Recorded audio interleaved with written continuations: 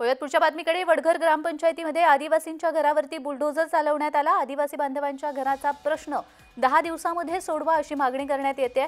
सिडको प्रशासनाविरोधात राशप आक्रमक झालेल्या आहे। सिडको विरोधात राष्ट्रीय शरदचंद्र पवार गटाने ढोल बजाव आंदोलन केलेलं आहे।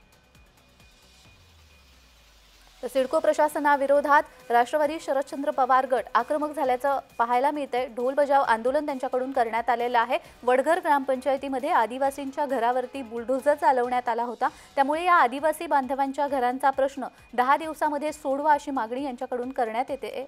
आणि आपण पाहतो एका लहान मुलीच्या हातामध्ये तशा पद्धतीचे फलकही आहेत।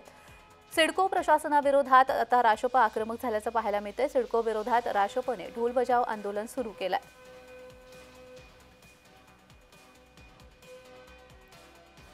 तर राशपने हे आंदोलन सुरू केलेलं आहे आणि या आंदोलनाद्वारे या सगळ्या आदिवासींना पुन्हा त्यांच्या घराचा प्रश्न लवकरात लवकर अगदी 10 दिवसांमध्ये सोडवावा अशी मागणी करण्यात येते।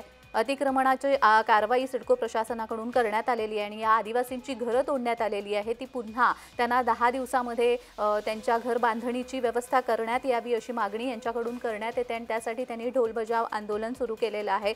या सर्व आदिवासींना न्याय मिळावा अशी मागणी राशपकडून करण्यात येते। सिडको प्रशासनाविरोधात राशप आक्रमक झाल्याचं आपल्याला पाहायला मिळतंय। या छोट्या मुलीच्या हातातला फलक लक्ष वेधून घेतो आहे। मुख्यमंत्री काका आपलं घर का तोडलं असा सवाल या फलकाद्वारे ही चिमुरडी करताना आपल्याला पाहायला मिळते। मुख्यमंत्री काका सिडकोने आपलं घर तोडलं असं या फलकावर लिहिलेलं आहे। शरद